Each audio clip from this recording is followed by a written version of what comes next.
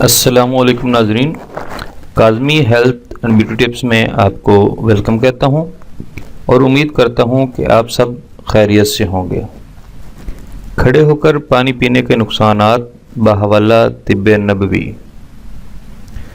ایک حدیث پاک میں ہے کہ اگر تمہیں پتہ چل جائے کہ کھڑے ہو کر پانی پینے کا کتنا عذاب ہے تو تم اپنے حلق میں ہاتھ ڈال کر پیا ہوا پانی نکال لو گے۔ کھڑے ہو کر پانی پینے سے لگنے والی بیماریاں درج ذیل ہیں۔ نمبر 1، دل کا وال بند ہو جانا۔ نمبر 2، گردے خراب ہو جانا۔ نمبر 3، مثانہ کمزور ہو جانا۔ نمبر 4، گھٹنوں جنہیں پنجابی میں گوڈے بھی کہتے ہیں کا کمزور ہونا۔ نمبر 5، کمر کی ہڈی کمزور ہونا۔